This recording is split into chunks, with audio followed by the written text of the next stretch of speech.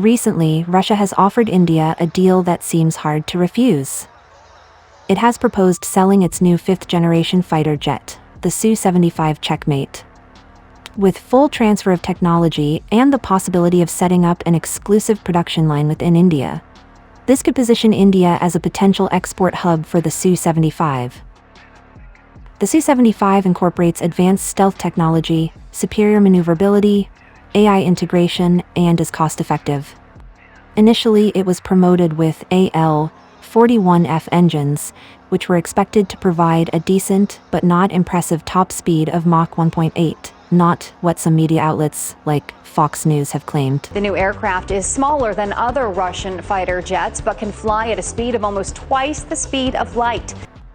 However, Russia has expressed intentions to equip it with the more advanced but still in development Is-30 engines. The Is-30 engines are expected to provide a higher thrust-to-weight ratio than their predecessor and allow the aircraft to maintain supersonic speeds, without relying on afterburners, which consume more fuel and generate a larger infrared signature. These engines are designed to enable the Su-57 and potentially the Su-75 to supercruise, significantly enhancing combat efficiency and stealth.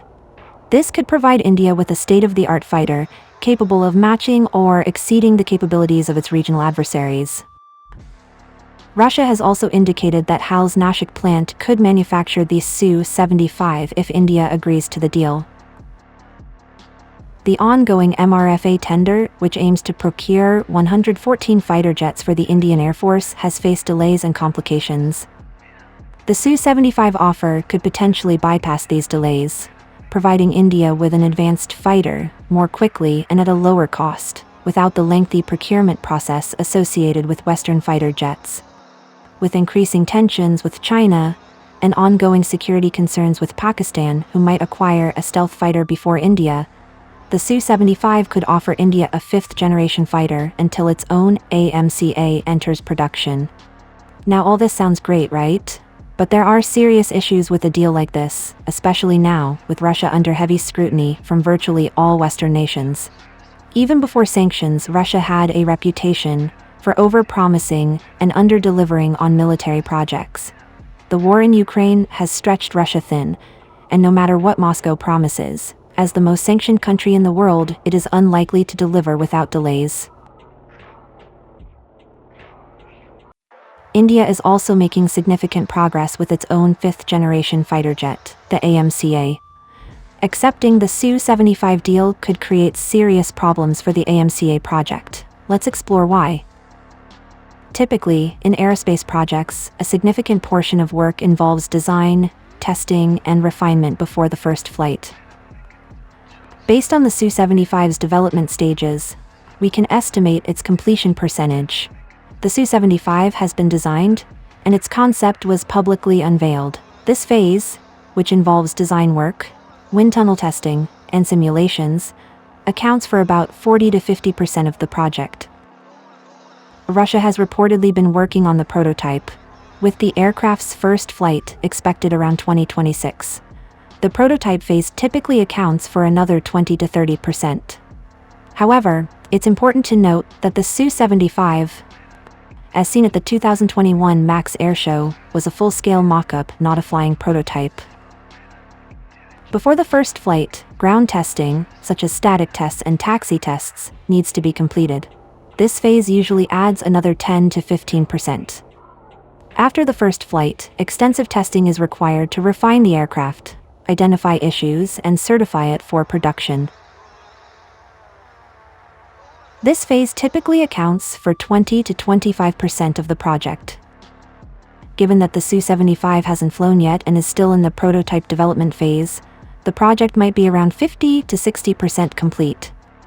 Now, in the case of the AMCA, both the preliminary design review and critical design review have been completed. The project has benefited from lessons learned during the development of the LCA Tejas, helping to streamline processes. As of 2024, construction of the AMCA prototype has begun, with key systems like avionics, flight control systems, and radar being integrated. The AMCA project involves collaborations with both Indian and international partners for subsystems, including engines, avionics, and stealth materials. India is also working on an indigenous engine, although initially, the AMCA might use a derivative of the GEF 414 engine. Significant progress has been made on stealth features, including advanced composite materials and internal weapons bays. Work on sensor fusion, electronic warfare systems, and advanced avionics is also in progress. Considering the progress as of 2024, the AMCA project is likely around 35 to 40% complete. The major milestones ahead include completing the prototype, conducting the maiden flight, and entering the flight testing phase, which will determine the final project timeline.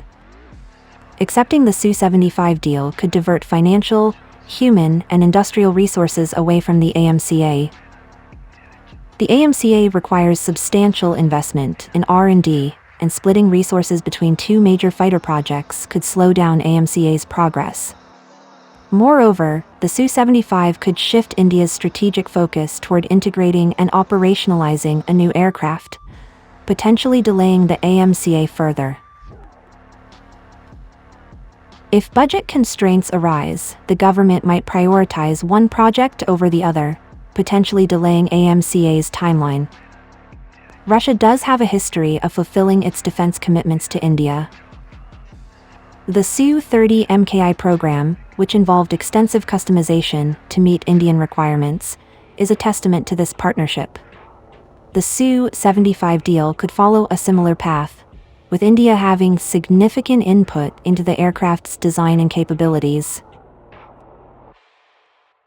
If Russia successfully develops the Su-30 engine and offers the Su-75 under a deal similar to the Su-30 MKI, it could be an attractive proposition for India. However, India is gradually moving away from dependence on Russian technology. The Su-75 deal could increase this dependency, which would counter India's self-reliance goals with the AMCA.